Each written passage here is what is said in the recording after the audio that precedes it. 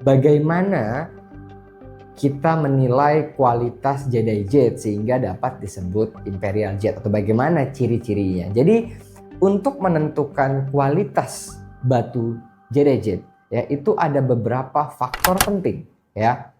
Gua akan coba sebutkan satu persatu dan kebetulan juga saat ini gua lagi ada batu yang memang pantas diberi gelar atau diklasifikasikan sebagai Imperial Jade ya. Jadi faktor pertama yang paling penting adalah di warnanya, color.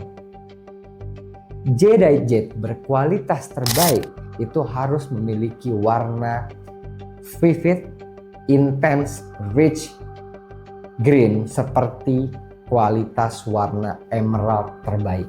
Kebayang nggak? Ya, vivid green emerald ditransfer ke jadeite. Itu adalah faktor pertama yang paling penting. Tapi tidak berhenti di sini saja, ya, nggak bisa. Ada faktor berikutnya. Apa itu? Transparansi atau seberapa baik cahaya dapat melewati batu tersebut. Jadi namanya transparansi itu ada yang paling tidak tembus cahaya itu disebut opaque dan yang paling tembus cahaya disebut transparan.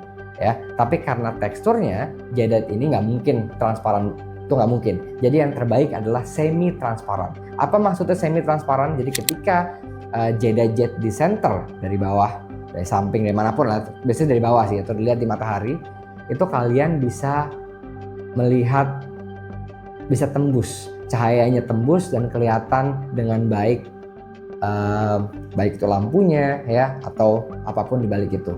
Ya kan, itu namanya semi transparan. Faktor kedua. Apakah cukup? Tidak. Ada faktor berikutnya. Faktor yang juga tidak kalah krusial, tekstur. Jadi jadeite itu dikenal memiliki beberapa tekstur, mulai dari yang halus, yang medium dan tekstur yang kasar. Nah, untuk bisa disebut imperial, teksturnya itu haruslah halus.